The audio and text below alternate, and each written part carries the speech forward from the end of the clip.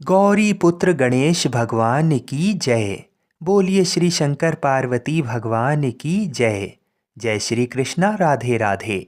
मित्रों, आज कार्तिक मास की पूर्णिमा तिथि है और सोमवार का दिन है, जो बड़ा ही दुर्लभ संयोग है। इस पूर्णिमा को ही देव दीपावली के नाम से भी जाना जाता है। आज के दिन पवित्र नदी में स्नान व दान करने से एवं कार्तिक पूर्णिमा की कथाओं को सुनने से पूरे महीने में किए गए पूजा पाठ के बराबर फल मिलता है। आज के दिन भगवान शिव पार्वती, भगवान श्री लक्ष्मी नारायण जी और चंद्रदेव का पूजन करने से भक्तों की आर्थिक, मानसिक और शारीरिक समस्याएं दूर होती हैं। तो आज मैं आपको सुना रहा हूँ कार्तिक पूर्णिमा की बड़ी ही दुर्लभ कथा। तो आप लोग बड़ी ही श्रद्धा और प्रसन्नचित मन से इन कथाओं को पूरा अवश्य सुनिएगा। पौराणिक कथाओं के अनुसार एक सास बहू ने कार्तिक स्नान करने का निश्चय किया। सास कार्तिक नहाने तीर्थराज जाने लगी तो बहू ने भी साथ जाने की इच्छा जताई। सास ने बहू को ये कहते हुए मना कर दिया कि अभी तुम्हारी कार्तिक नहाने की उम्र नहीं है, तुम बाद में जाना। ये कहकर सास तीर्थ को चली गई। सास के जाने के बाद बहू ने कुम्हार के यहाँ से 33 मिट्टी के कुंड मंगवा कर रख लिए। वह रोजाना रात्रि में एक कुंड में पानी भर कर रख लेती और सवेरे जल्दी उठकर स्नान कर कुंड को छत पर उल्टा रख कर विधि विधान से पूजा करती। इधर एक दिन सास की नथ नहाते हुए गंगा जी में गिर गई। उधर बहू हमेशा की तरह नहाते समय बोली, सास नहाए उंडे, मैं नहाऊं कुंडे। उसी समय अचानक गंगा जी की धारा बहू के कुंड में आ गई। उसी धारा के साथ सास की नथ भी कुंड में आ गई। बहू ने कुंड में आई नथ को देखा तो वह पहचान गई कि ये तो उसकी सास की नथ है। इस तरह दोनों को नहाते हुए पूरा एक महीना बीत गया। सास जब वापस लौटकर घर आई तो बहू ने सास की खूब आवभगत की। उसी समय सास ने देखा कि उसकी गंगा में खोई हुई नथ बहू ने पहन रखी है। तो सास ने पूछा, ये नथ तुम्हारे पास कहाँ से आई? बहू ने पूरी घटना अपनी सास को बता दी कि कैसे उसके कुंड में गंगा जी की धारा आ गई थी और उसी धारा के साथ बहकर ये नथ उसके पास आई थी। सास को इस घटना पर बहुत आश्चर्य हुआ, लेकिन वह चुप रही। कुछ समय बाद कार्तिक स्नान के बाद सास ने ब्राह्मणों को भोजन कराने की इच्छा व्यक्त करते हुए बहू से कहा कि मुझे ब्राह्मणों को भोजन कराना है। इस पर बहू ने आग्रहपूर्वक सास से विनती की कि माँ जी, आप 4 ब्राह्मणों को भोजन कराना चाहती हैं तो मेरे भी जोड़ दें, क्योंकि मैंने भी कार्तिक स्नान किया है। बहू की बात सुनकर सास ने फिर प्रश्न किया कि तुम कहाँ कार्तिक नहाई हो? गंगा तीर्थ तो मैं जाकर आई हूँ। तब बहू ने सासू माँ को छत पर ले जाकर वह कुंड दिखाए जिसमें उसने कार्तिक स्नान किया था। सास ने देखा कि मिट्टी के कुंड सोने के हो गए हैं। ये देखकर सास ने बहू से कहा कि बहू, तुम्हारा भाग्य अच्छा है जो गंगा की धारा कुंड में आ गई। सारे कुंड सोने के हो गए। मैं अहंकारवश तीर्थ गई थी, लेकिन वहाँ भी मुझे कुछ नहीं मिला।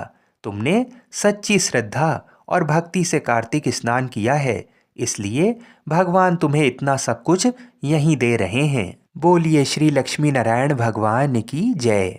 आइए अब कार्तिक पूर्णिमा की दूसरी कथा को सुनते हैं।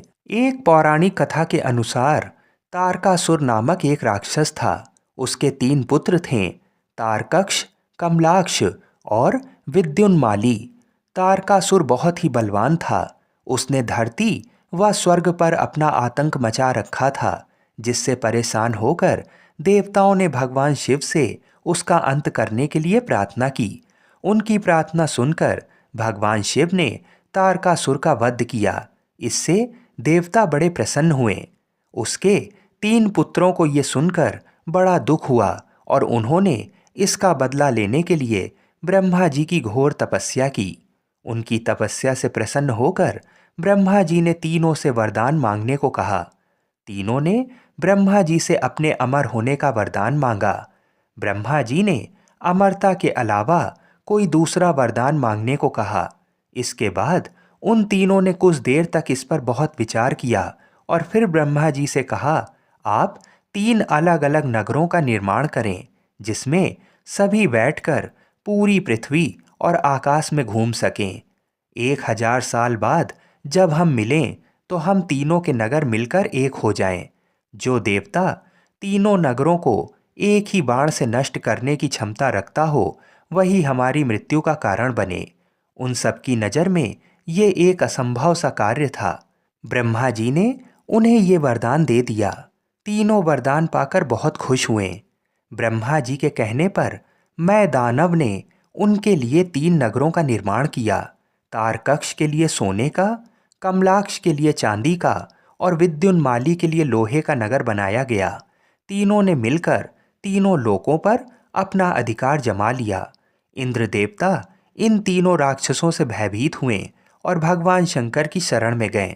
इंद्र की बात सुन भगवान शिव ने इन दानवों का नाश करने के लिए एक दिव्य रथ का निर्माण किया। इस दिव्य रथ की हर एक चीज देवताओं से बनी। चंद्रमा और सूर्य से पहिए बने। इंद्र, वरुण, यम और कुबेर रथ के 4 घोड़े बने। हिमालय धनुष बने और शेषनाग प्रत्यंचा बने। भगवान शिव खुद बाण बने और बाण की नोक बने अग्निदेव। इस दिव्य रथ पर सवार हुए खुद भगवान शिव। भगवान से बने इस रथ और तीनों भाइयों के बीच भयंकर युद्ध हुआ।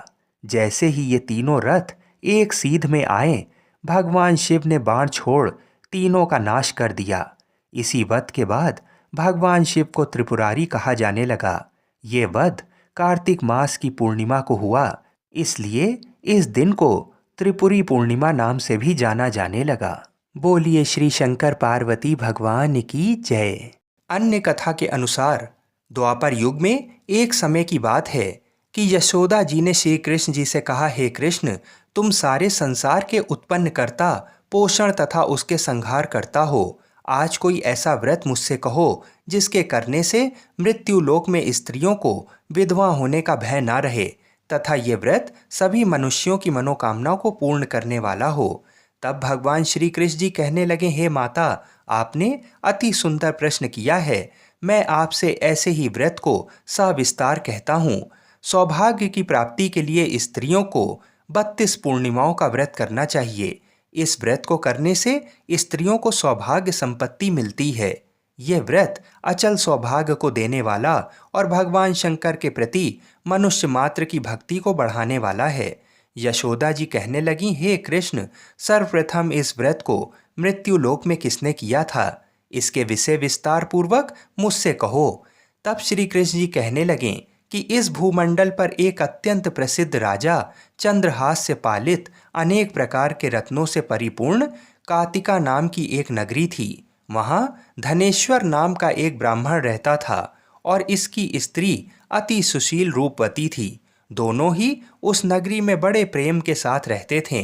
घर में धन्य धान आदि की कोई कमी नहीं थी। उनको एक बड़ा दुख था कि उनके कोई संतान नहीं थी, जिस वजह से वह बहुत दुखी रहते थे। एक दिन एक बड़ा तपस्वी योगी उस नगरी में आया। वह योगी बाकी सभी घरों से भिक्षा मांगकर भोजन किया करता था, लेकिन उस ब्राह्मण के घर से भिक्षा नहीं मांगा करता था। एक दिन योगी गंगा किनारे भिक्षा मांगकर प्रेम पूर्वक खा रहा था कि धनेश्वर ने योगी को ये सब करते देख लिया। सब कार्य किसी प्रकार से देख लिया। अपनी भिक्षा अनादर से दुखी होकर धनेश्वर योगी से बोले कि आप सभी घरों से भिक्षा लेते हैं, परंतु मेरे घर की भिक्षा कभी भी नहीं लेते, इसका क्या कारण है? योगी कहने लगा कि आपका धर्म हमें इस बात की आज्ञा नहीं देता, क्योंकि अभी आप गृहस्थ जीवन में एक सुख से वंचित हैं। आपके घर संतान होने पर मैं आपके घर से भी भिक्षा स्वीकार कर लूँगा। उन्होंने कहा कि जिसे संतान नहीं है उसके घर से भिक्षा लेने से मेरे भी पतित हो जाने का भय है। धनेश्वर ये सब बात सुनकर बहुत दुखी हुआ और हाथ जोड़कर योगी के पैरों पर गिर पड़ा तथा दुखी मन से कहने लगा कि आप मुझे संतान प्राप्ति के उपाय बताइए। आप सर्वज्ञ हैं, मुझ पर अवश्य ही ये कृपा कीजिए। धन की मेरे घर में कोई कमी नहीं है, लेकिन मैं संतान ना होने के कारण अत्यंत दुखी हूँ। आप मेरे इस दुख का हरण कीजिए। ये सुनकर योगी कहने लगे, तुम चंडी की आराधना करो। घर पहुंचकर उन्होंने ये सारी बात अपनी पत्नी को बताई और खुद वन में चला गया। वन में पहुंचकर उसने चंडी की आराधना की और उपवास किया। चंडी ने 16वें दिन उसको सपने में दर्शन दिए और कहा कि हे धनेश्वर, जा, तेरे पुत्र होगा, लेकिन उसकी आयु सिर्फ 16 वर्ष होगी।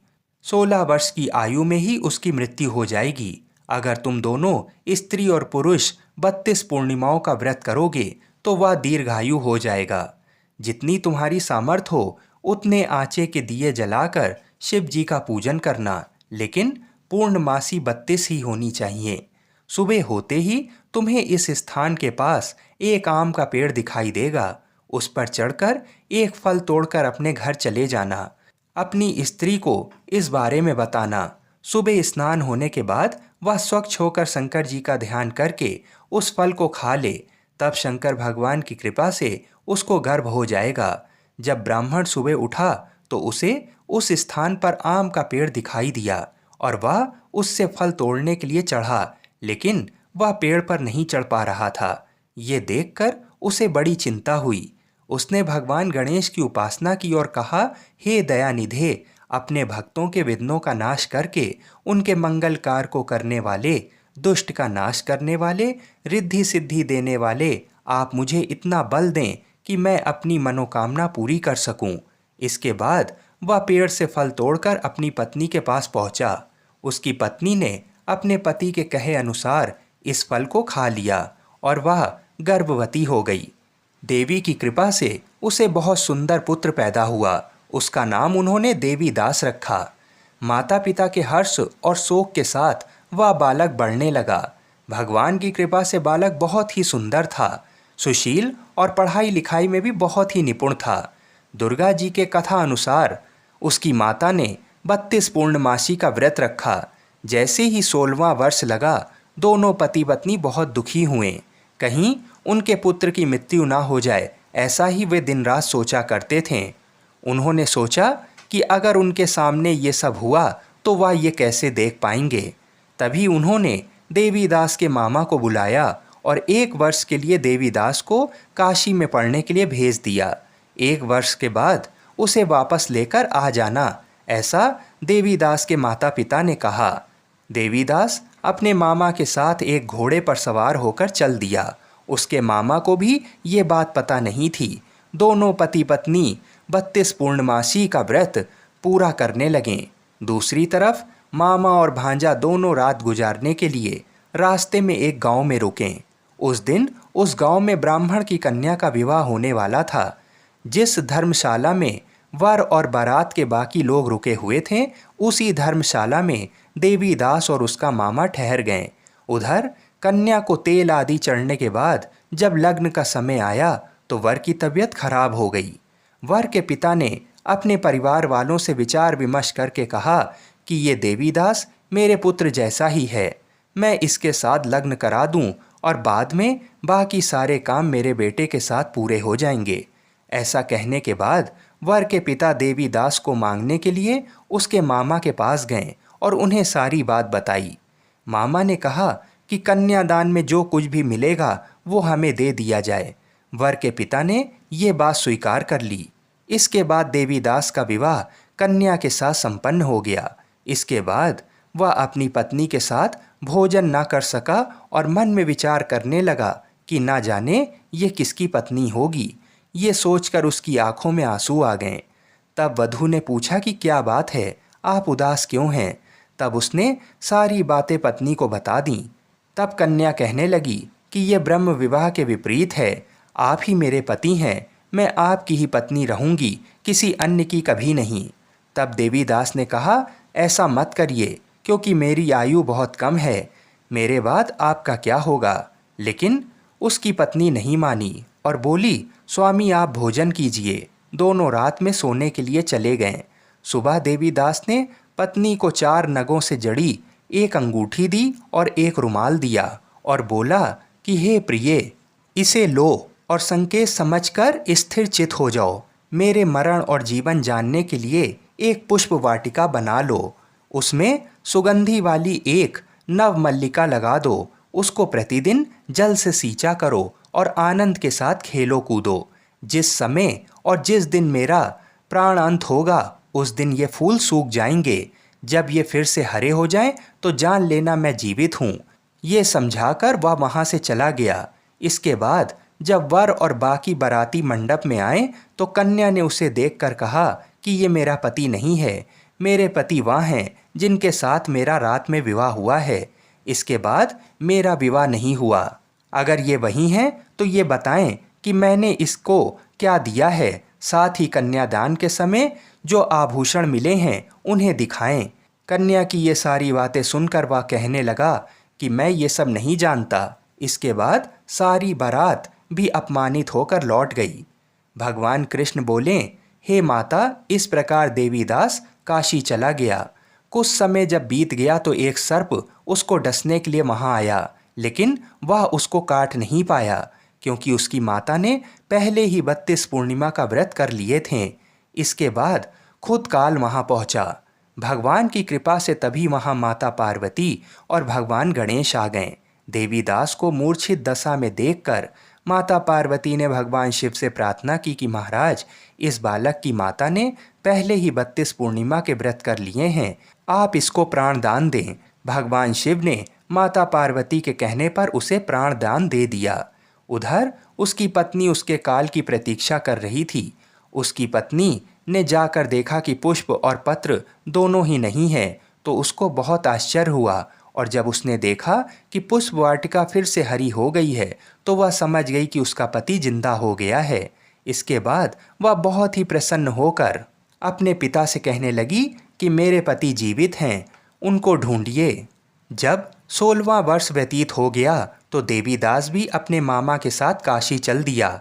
इधर उसकी पत्नी के परिवार वाले उन्हें ढूंढने के लिए जा ही रहे थे कि उन्होंने देखा कि देवीदास और उसका मामा उधर ही आ रहे थे। उसको देखकर उनके ससुर बहुत प्रसन्न हुए और उसे अपने घर ले आए। वहाँ सारा नगर इकट्ठा हो गया और कन्या ने भी उसे पहचान लिया। देवीदास ने इसके बाद अपनी पत्नी और मामा को लेकर वहाँ से चल दिया। उसके ससुर ने भी उसे बहुत धन दहेज दिया। जब वह अपने घर की तरफ चल रहा था तो उसके माता पिता को लोगों ने खबर दी कि तुम्हारा पुत्र देवीदास अपनी पत्नी और मामा के साथ आ रहा है। ऐसा समाचार सुनकर पहले तो उन्हें विश्वास नहीं हुआ, लेकिन जब देवीदास आया और उसने अपने माता पिता के पैर छुए तो देवीदास के माता पिता ने उनका माथा चूमा और दोनों को अपने सीने से लगा लिया। दोनों के आने की खुशी में धनेश्वर ने बहुत दान दक्षिणा ब्राह्मणों को दिया। श्री कृष्ण जी कहने लगे, इस तरह धनेश्वर को 32 पूर्णिमाओं के व्रत के प्रभाव से संतान प्राप्त हुई। जो स्त्रियां इस व्रत को करती हैं वह जन्म जन्मांतरों तक वैधव्य का दुख नहीं भोगती और सदैव सौभाग्यवती रहती हैं। ये मेरा वचन है। यह व्रत संतान देने वाला और संतान की रक्षा करने वाला है और साथ ही साथ सभी मनोकामनाओं को पूरा करने वाला है। मित्रों, इस बार कार्तिक पूर्णिमा सोमवार के दिन पड़ रही है, जो बड़ा ही दुर्लभ संयोग है।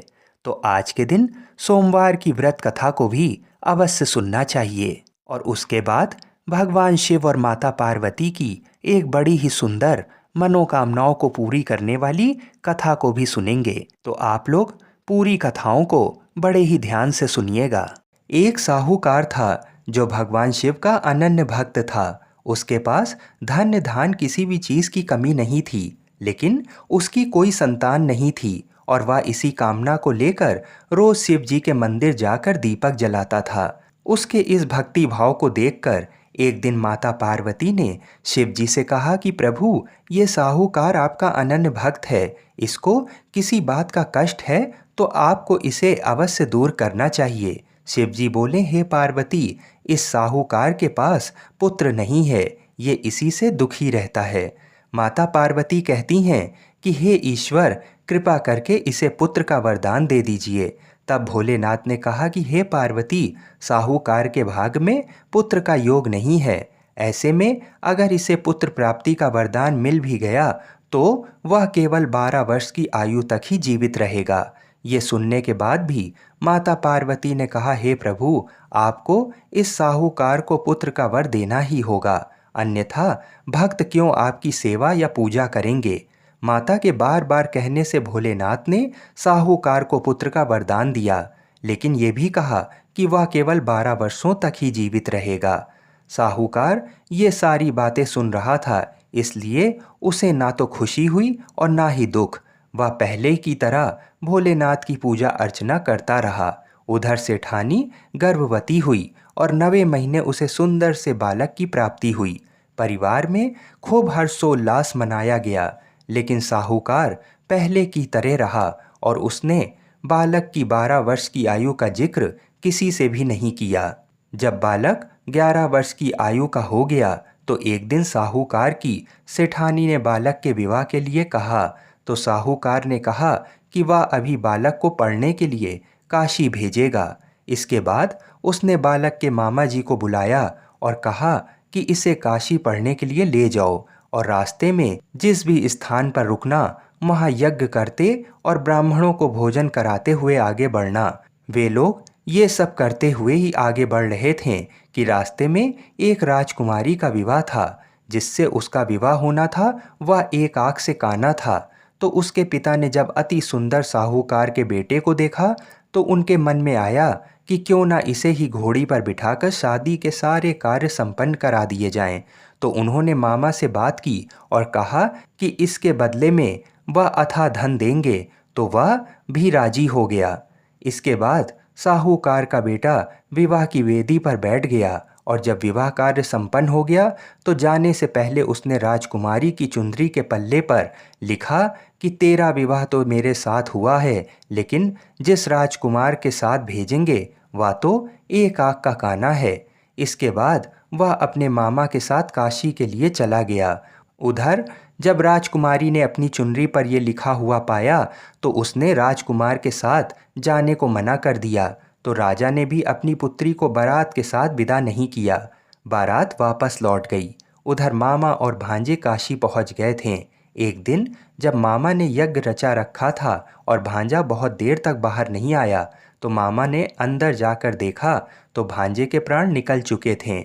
वह बहुत परेशान हुए, लेकिन सोचा कि अभी रोना पीटना मचाया तो ब्राह्मण चले जाएंगे और यज्ञ का कार्य अधूरा रह जाएगा। जब यज्ञ संपन्न हुआ तो मामा ने रोना पीटना शुरू किया। उसी समय शिव पार्वती उधर से जा रहे थे तो माता पार्वती ने शिव जी से पूछा कि हे प्रभु, ये कौन रो रहा है। तभी उन्हें पता चलता है कि ये तो भोलेनाथ के आशीर्वाद से जन्मा साहूकार का पुत्र है। तब माता पार्वती कहती हैं कि हे स्वामी, इसे जीवित कर दें, अन्यथा रोते रोते इसके माता पिता के प्राण निकल जाएंगे।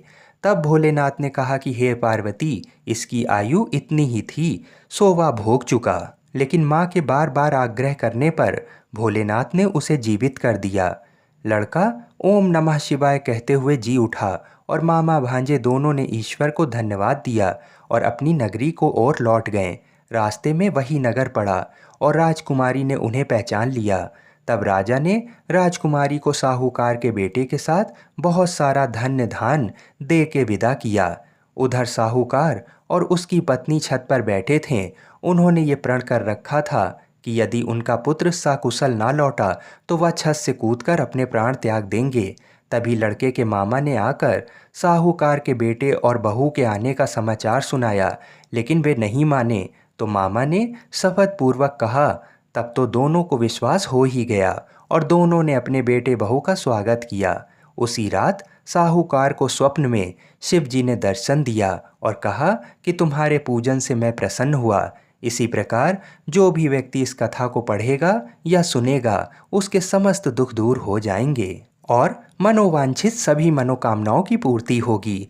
बोलिए श्री शंकर पार्वती भगवान की जय। बोलिए श्री राधा कृष्ण भगवान की जय। बोलिए श्री तुलसी शालिग्राम जी की जय। हर हर महादेव। तो आज मैं आपको सुना रहा हूँ भगवान शिव और माता पार्वती की बड़ी ही दुर्लभ कथा। तो इस कथा को बड़ी श्रद्धा और प्रसन्न चित मन से पूरा अवश्य सुनिएगा। भगवान श्री कार्तिकेय जी शिव पार्वती जी के पुत्र हैं तथा सदैव बालक रूप ही रहते हैं। परंतु उनके इस बालक स्वरूप का भी एक रहस्य है। एक बार शंकर भगवान ने पार्वती जी के साथ जुआ खेलने की अभिलाषा प्रकट की।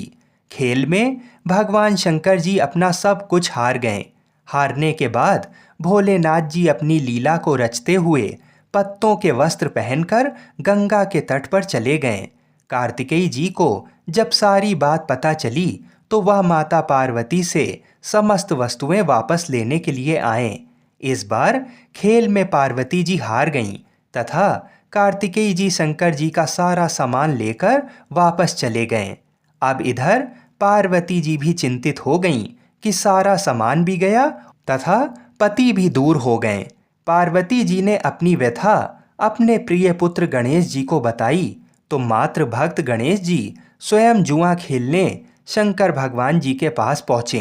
गणेश जी इस खेल में जीत गए और लौटकर अपनी जीत का समाचार अपनी माता पार्वती को सुनाया। इस पर पार्वती जी बोलीं कि उन्हें अपने पिता को साथ लेकर आना चाहिए था। गणेश जी फिर भोलेनाथ जी की खोज करने निकल पड़े। भोलेनाथ जी से उनकी भेंट हरिद्वार में हुई। उस समय भोलेनाथ भगवान विष्णु जी व कार्तिकेय जी के साथ भ्रमण कर रहे थे। पार्वती जी से नाराज भोलेनाथ ने लौटने से मना कर दिया। भोलेनाथ जी के भक्त रावण ने गणेश जी के वाहन मूसक को बिल्ली का रूप धारण करके डरा दिया। मूसक गणेश जी को छोड़कर भाग गए। इधर भगवान विष्णु ने भोलेनाथ की इच्छा से पासा का रूप धारण कर लिया था। गणेश जी ने माता के उदास होने की बात भोलेनाथ जी को कह सुनाई। इस पर भोलेनाथ बोले कि हमने नया पासा बनवाया है। अगर तुम्हारी माता पुनः खेल खेलने को सहमत हों तो मैं वापस चल सकता हूँ। श्री गणेश जी के आश्वासन पर भोलेनाथ जी वापस पार्वती जी के पास पहुँचे तथा खेल खेलने को कहा। इस पर पार्वती जी हंस पड़ीं और बोलीं, अभी आपके पास क्या चीज़ है जिससे खेल खेला जाए। ये सुनकर भोलेनाथ जी चुप हो गए। इस पर नारद जी ने अपनी वीणा आदि सामग्री उन्हें दी। इस खेल में श्री भोलेनाथ जी हर बार जीतने लगे। एक दो पासे फेंकने के बाद गणेश जी समझ गए तथा उन्होंने भगवान विष्णु के पासा रूप धारण करने का रहस्य माता पार्वती जी को बता दिया। सारी बात सुनकर पार्वती जी को क्रोध आ गया। रावण ने माता को समझाने का प्रयास किया पर उनका क्रोध शांत नहीं हुआ तथा क्रोधवश उन्होंने भोलेनाथ जी को श्राप दे दिया कि गंगा की धारा का बोझ उनके सर पर रहेगा। नारद जी को कभी एक स्थान पर ना टिकने का अभिशाप मिला। भगवान विष्णु जी को श्राप दिया कि यही रावण तुम्हारा शत्रु होगा तथा रावण को श्राप दिया कि विष्णु ही तुम्हारा विनाश करेंगे। कार्तिकेय जी को भी माता पार्वती जी ने कभी जवान ना होने का श्राप दिया। इस पर सर्वजन चिंतित हो उठे। तब नारद जी ने अपनी विनोदपूर्ण बातों से माता का क्रोध शांत किया तो माता ने उन्हें वरदान मांगने को कहा। नारद जी बोले कि आप सभी को वरदान दें तभी मैं वरदान लूंगा। पार्वती जी सहमत हो गईं। तब भगवान शंकर जी ने कार्तिक शुक्ल के दिन जुए में विजयी रहने वालों को वर्ष भर विजयी बनाने का वरदान मांगा। भगवान विष्णु जी ने अपने प्रत्येक छोटे बड़े कार्य में सफलता का वर मांगा, परंतु कार्तिकेय जी ने सदा बालक रहने का ही वर मांगा तथा कहा, मुझे विषय वासना का संसर्ग ना हो तथा सदा भगवत स्मरण में लीन रहूं। अंत में नारद जी ने देवर्षि होने का वरदान मांगा। माता पार्वती जी ने रावण को समस्त वेदों की सुविस्तृत व्याख्या देते हुए सबके लिए तथास्तु कहा। कार्तिकेय जी के जन्म के पहले जब तारकासुर के अत्याचार से सभी देवता पीड़ित थे, तभी भगवान शंकर जी ने पार्वती जी का पाणी ग्रहण किया था और तब 6 मुख वाले कार्तिकेय जी का जन्म हुआ था। उन्होंने ही तारकासुर का वध किया था। बोलिए शंकर पार्वती भगवान की जय।